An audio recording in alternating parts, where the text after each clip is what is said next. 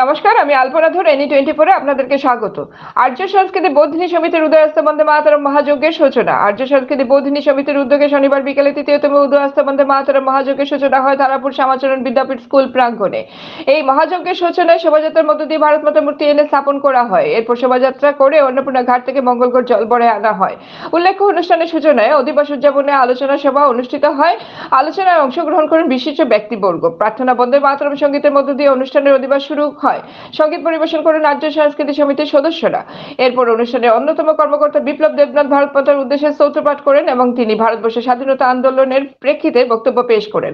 অনুষ্ঠানে Silchar development authority chairman Manjul Deb, Vande Mataram উৎসব সমিতির সভাপতি স্বর্ণালী চৌধুরী, বাবুল হোর, বাসুদেব শর্মা, রূপাঞ্জলি গুপ্ত প্রমুখ। এছাড়া কবি বিদুলা ভট্টাচার্য সংক্ষিপ্ত বক্তব্য পেশ করে স্বাধীনতা দিবস নিয়ে তার স্বরচিত কবিতা পাঠ করেন। অনুষ্ঠানে সঙ্গীত পরিবেশন করেন রত্নেশ্বর নাথ, অনিতা চৌধুরী প্রমুখ। অধিবাস অনুষ্ঠানের শেষ লগ্নে সমিতি সদস্যদের পরিবেশনায় ধামাইল পরিবেশিত হয়। শিলচর থেকে বিদুলা ভট্টাচার্যের রিপোর্ট। আপনারা দেখছেন এনি 24 চ্যানেল। এভাবে আরো খবর পেতে এনি 24 ইউটিউব চ্যানেলকে সাবস্ক্রাইব ও ফেসবুক পেজকে ফলো করে আমাদের পাশে থাকুন।